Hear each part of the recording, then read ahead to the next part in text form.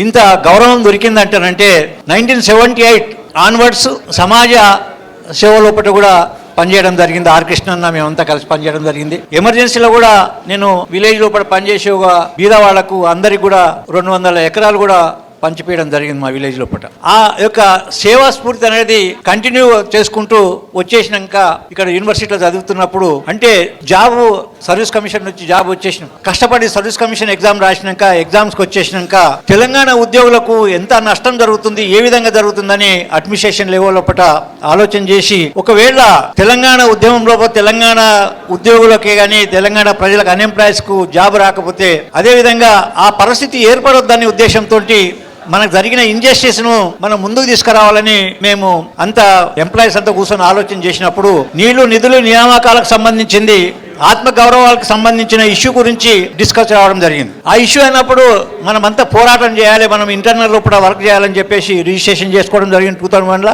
కేసీఆర్ కూడా టీఆర్ఎస్ అనే రిజిస్ట్రేషన్ చేసుకోవడం జరిగింది. అయితే తెలంగాణ సాధన లోపల రాజకీయ పార్టీ అవసరమైన ఉద్దేశంతో ప్రతి ఇష్యూల నీళ్లు నిధులు నియమాలకు సంబంధించిన ఇష్యూ లోపల టెక్నికల్ సబ్జెక్ట్ ఉద్యోగులకు సంబంధించిన రాష్ట్రానికి సంబంధించిన టెక్నికల్ సబ్జెక్ట్ అంతా ఉద్యోగుల సంఘము అవుట్ రైట్ గా కేసీఆర్ ఒక్కడప్పుడు ఫైట్ చేయడానికి జరిగినప్పుడు కేసీఆర్కు మేము దాన్ని క్లుప్తంగా ఎక్కడ అన్యాయం జరుగుతుందని చెప్పేసి చెప్పడం జరిగింది. దాన్ని రాజకీయంగా ఆయన దాన్ని ఉపయోగించుకొని ప్రజల వద్దకు తీసుకుపోవడానికి మంచిగా వెపన్స్గా మేము తయారు కావడం జరిగింది అనమాట. First house committee Revuru Prakash Reddy ఆధ్వర్యం జరిగిన తర్వాత ఉత్తమ్ కుమార్ రెడ్డి ఆధ్వర్యం జరిగిన కమిటీ, గిరిగిలాని కమిటీ అనండి, శ్రీకృష్ణ కమిటీ కానీ, కేశవరావు కమిటీ కానీ, అదేవిధంగా ప్రణబ్ ముఖర్జీ కమిటీ కానీ ప్రతి దానికి కూడా చీఫ్ సెక్రటరీ ఆధ్వర్యం జరిగిన కమిటీ ప్రతి దానికి కూడా తెలంగాణ ఉద్యోగుల సంఘం ఇచ్చిన సబ్జెక్టే. ఎందుకంటే ఏ సంఘాలు అనేది 2007 తర్వాత వివిధ సంఘాలు వచ్చినాయి, పెద్ద పెద్ద కళాకారులు కూడా ఉన్నారు. కళాకారులకు కూడా ఒక బ్యానర్ ఏర్పడిందంటే తెలంగాణ ఉద్యోగుల సంఘం బ్యానరే.